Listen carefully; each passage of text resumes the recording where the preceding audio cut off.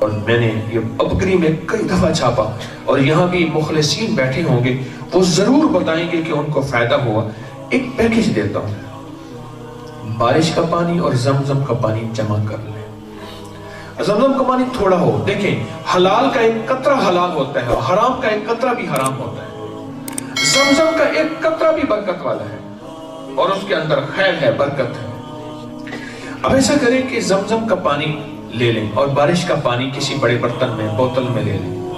اب اس میں ایک عمل پڑھنا ہے، وہ ذرا غور سے سننا پڑے گا، تھوڑی سی توجہ آپ کی چاہیے۔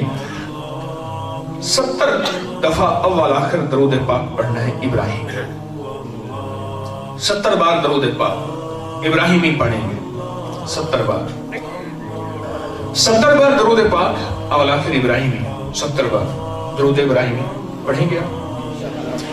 اچھا، اس کے بعد 70 دفعہ سورۃ فاتحہ، 70 دفعہ آیت کریمہ، 70 دفعہ آیت الکرسی، اور 70 دفعہ آخری چارے کل عمل مکمل۔ پھر آپ کی خدمت میں عرض کرتا ہوں، بارش کا پانی ہو اور بارش کے پانی میں زمزم ملا لیجیے، مل گیا، اور اس میں 70 دفعہ اول آخر درود ابراہیمی، 70 بار سورۃ فاتحہ مع تسمیہ، ہر دفعہ بسم اللہ الرحمن الرحیم کے ساتھ،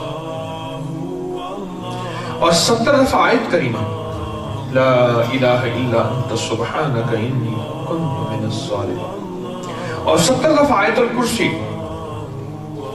اور 70 دفعہ آخری چارے کل، ہر دفعہ بسم اللہ الرحمن الرحیم تسمیہ ساتھ ہو۔ بس یہ ایک دفعہ پانی پہ پڑھنا ہے، روز نہیں پڑھنا، ایک دفعہ پڑھنا ہے، اور اس ایک دفعہ پڑھنے کی ایسی طاقت اور تاثیر ہے، یہ دنیا کا کوئی لا علاج جادو کا مارا ہوا، جنات کا مارا ہوا، نظر بد کا مارا ہوا، لا علاج بیماریوں کا، خود ذہنیوں کا، کوئی دنیا کی کوئی بیماری ہے لا علاج، اور معالج تھک گئے ہیں، اس کو یہ پانی پلائیں، کھانے میں، پینے میں، ہڈیاں سالن میں ڈالیں، چائے دودھ میں ڈالیں، آٹا گوندتے ہوئے ڈالیں، یہ ڈال کے دیکھیں تو صحیح۔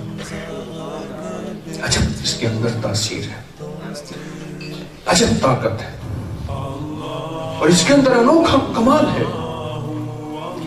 3 پانیوں میں شفا ہے، زمزم کا پانی، بارش کا پانی، اور وضو کے بعد کا پانی۔